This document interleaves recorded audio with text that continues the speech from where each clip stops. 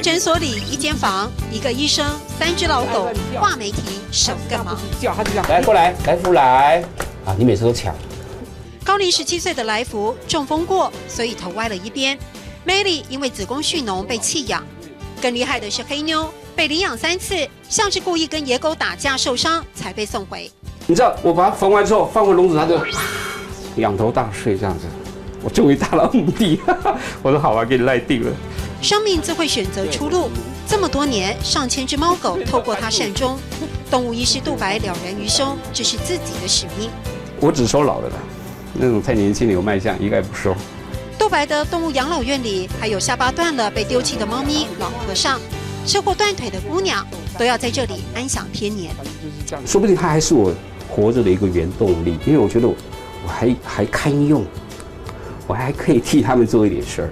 人与宠物之间，付出与接受，需要与被需要，都是因缘。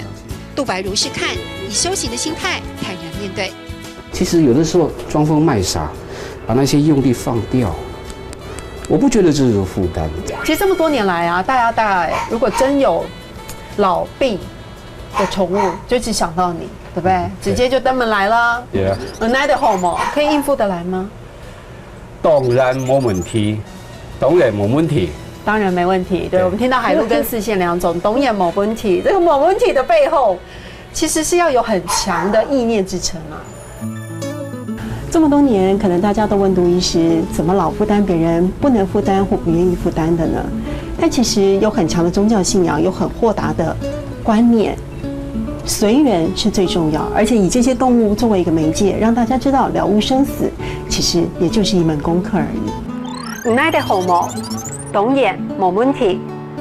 唔耐得好冇，懂也冇问题。